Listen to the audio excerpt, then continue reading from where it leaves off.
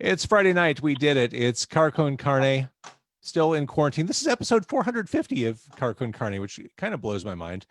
Carco and Carne, sponsored by C&H Financial Services. C&H offers a variety of products ranging from traditional merchant accounts to a zero-cost payment processing solution, which eliminates the expenses tied to accepting credit cards.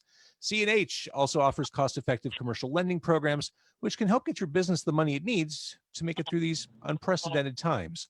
To learn more, contact C&H Financial Services at 855-600-2437 or go to chfs.us. Joining me tonight, shrouded in darkness too. It looks kind of spooky and sinister where you are. It is Renee. Renee is the Renee just dropped. Oh, there he is. The founder of a cool space just west of Western Avenue and North Avenue in Chicago, Sixth Dimension Space and Gallery, currently hosting the Meme Museum. And this is what really caught my eye. Next month, the Museum of Terror, supernatural haunts, creepypastas, and horror memes.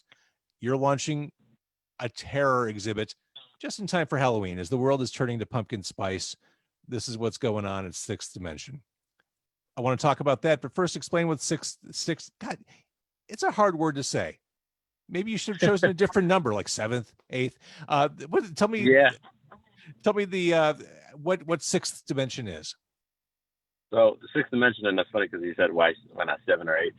Sixth Dimension is kind of like where I researched that it's like one of the when you get to the Sixth Dimension, you start getting into the world possibilities of different worlds, and that kind of goes with what we do because we're going to do different type of pop-ups and themes and stuff like that. So I thought Sixth Dimension would be appropriate, just to make it sound kind of cool and go with that.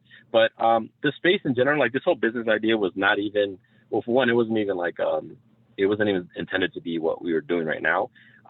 We run like a print shop, me and my partner, and we were doing it from our apartment because I run another business, which is a full video marketing agency. And I started the second business right when quarantine happened. I ordered all this equipment and started doing the print shop stuff. And then my landlord saw that we were doing it there. And he knew that, we were just packed like sardines in our apartment with all the equipment, heat presses and like our printer and other stuff. And he was like, hey, by the way, there's an opportunity right now. One of my tenants just moved out of the space.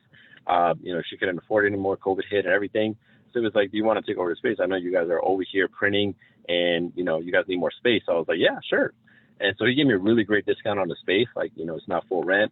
So I was like, yeah, let me take this opportunity. And so I took it. And then I saw the next block, there's another print shop. And I'm like, and I know that there's print shops like almost like, every now and then here and there because it's Chicago, it's a big city. And I was like, you know what, I'm not going to open a regular print shop. Like, I want to do something unique. And that's always how I like to think. Like, I want to be out of the box. And so what is something that's going to get people in here when we're like, we just started a print shop. We have no name to ourselves. Like, what's going to get people to walk in here? And we have this big space because the space is like 4,000 square feet. So I was like, we have all this space, like, let's make use of it. Let's try to see if we can make use of it. And then that's when I started thinking of ideas. And, it's just one thing led to another. And then all of a sudden I started thinking about memes because those are so relatable to everybody. And right now everyone's just sharing a whole bunch of memes. And that's kind of like our way of like kind of taking the negativity or like bad things that are happening or, not all the time, but like, and we turn it like into like a positive moment or just make it funny. That's a lot of memes are like that, like bad things that happen to you, you just make it into a meme and then it's hilarious because you look back at it, it's like, oh, okay, yeah, that's funny. So I was like, yeah, let me do that. And then it just one thing led to another. And as soon as I got the idea, I stuck with it and I went the whole way. And so then the meme museum opened, and the funny thing is that we had like, the plan was literally, I had the idea and I just started running ads right away without knowing how I'm going to set up the meme museum, like what's going to be in there, what type of memes, how am I going to get the memes, how am I going to get people in there, but I just run an ad. And then as soon as like the first couple of days went by, there was like news articles or like, oh, one second.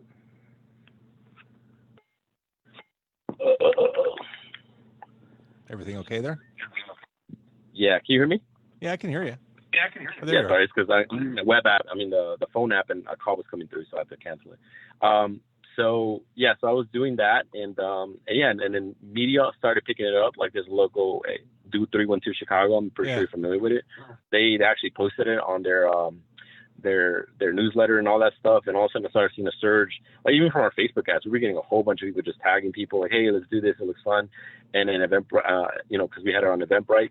And the whole time, like, we're doing it for free because one thing we wanted to do is, like, since we never done this before, we're not familiar with events. We're not familiar with, like, exhibits and art and all that. So we're like, I want to do this for free because, one, I don't know how good it's going to be.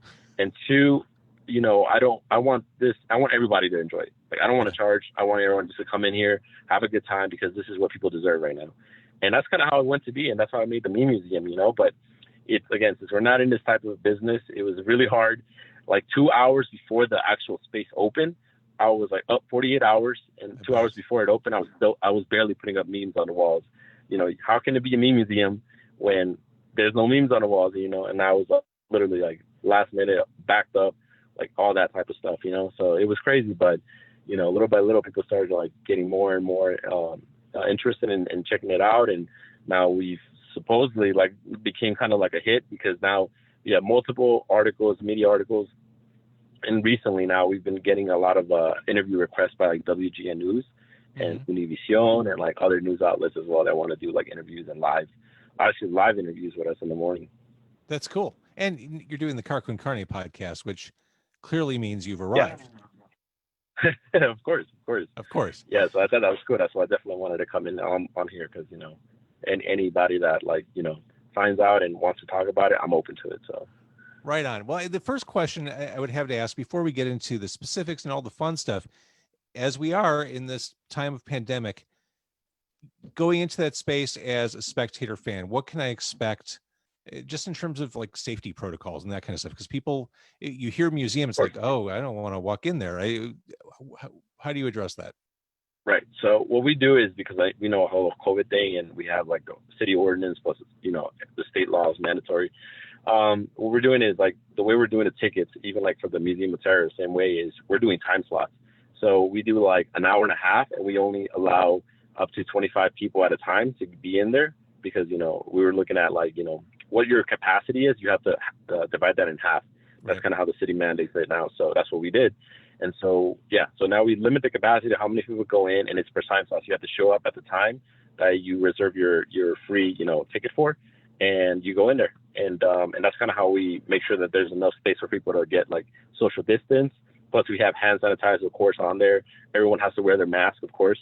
So yeah, like all these other things, the whole museum is like kind of like you don't really touch anything. You kind of walk around and see and have a blast because there's a whole bunch of funny memes in there. And I always hear people just like walking around and laughing like every single corner, So it's kind of like one of those things where, it's safe because you're in there, you have some space to move around. We limit the amount of people and we have hand sanitizer available.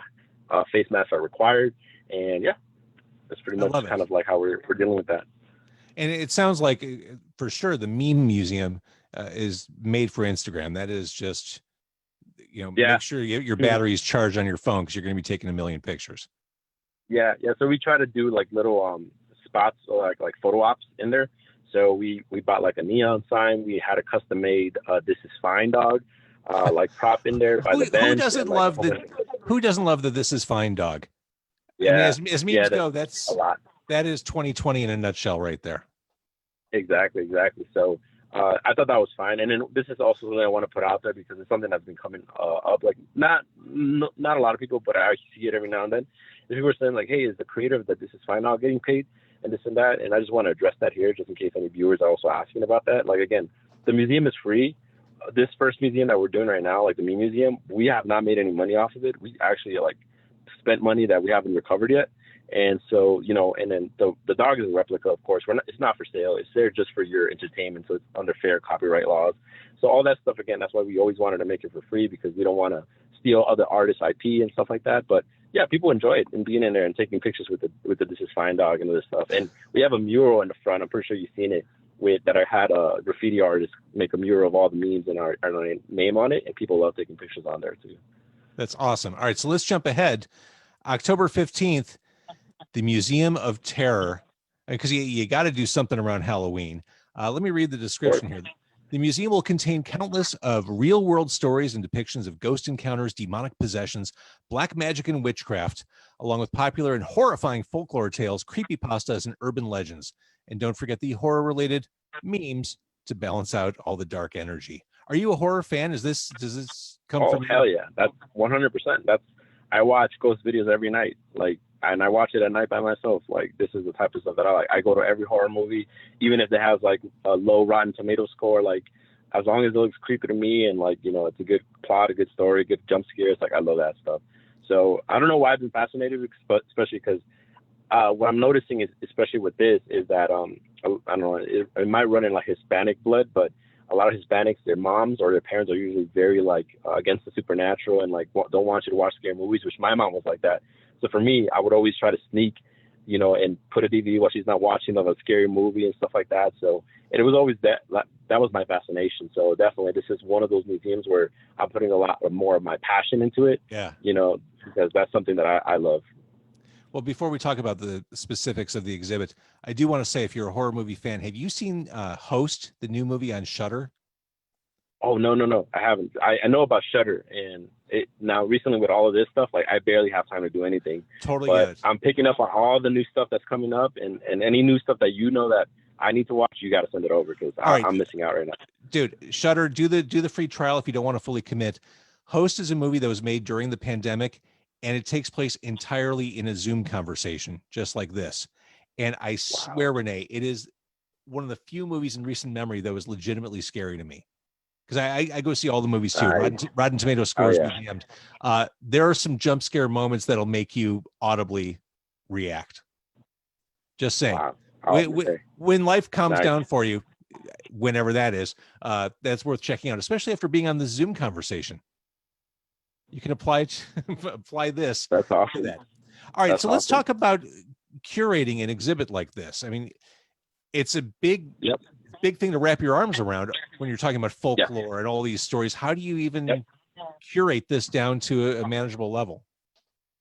So what I'm doing right now is I'm actually breaking down like the content that we're going to have in there is going to be kind of managed by me. Plus I have some researchers. I'm paying some researchers to kind of like help me break down and document all the walls that we're going to have, all the exhibits, all the little things. So I'm not going to say too much detail of what's like you're actually going to see because I kind of wanted that. Like I'm going to be giving out teasers here and there. Mm-hmm. But then I mainly want people to experience it like that, like just all of a sudden as soon as they're there and they've never seen anything like this before, because this is something that, again, it's something that people are not doing right now because they're only doing like haunted houses type of stuff. And this is super different. So that's kind of how I'm managing it, is I have people doing that for me, but like how, and also taking the way off of the meme museum, that was all like self-funded. Now for this one, because we've been getting so much like exposure from all this stuff that we've been doing with the meme museum, I've been connecting with people here and there, and I connected with someone that's actually going to help us get us sponsorships for the Museum of Terror, which we're doing right now, and that one's going to be like 10 times like the amount of like effort and monetary value that we're going to put into it. So this one for sure is going to be like a project that's going to kind of like make it to another level. It's not going to be like a haunted house attraction. Right. It's going to be like way worse.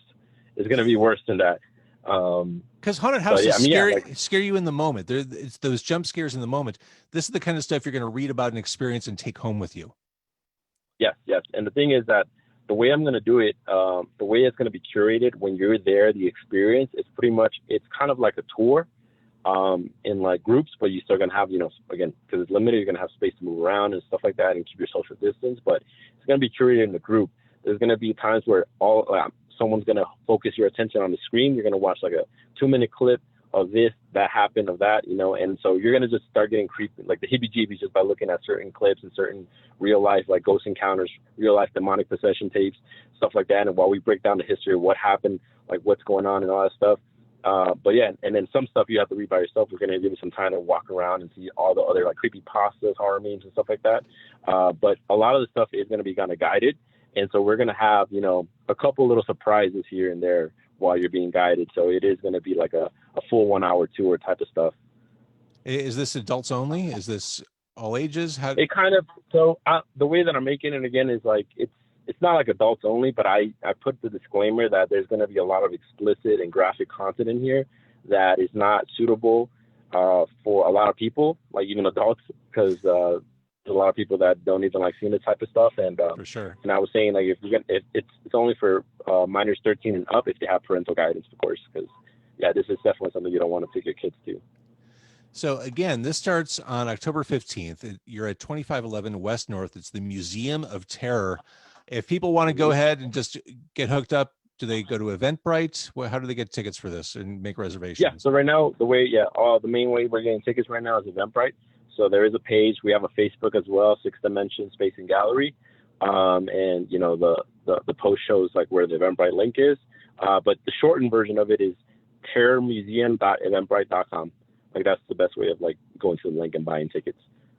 In a year full of bad news and disappointments, this seems like a bright spot. I'm glad you're doing this.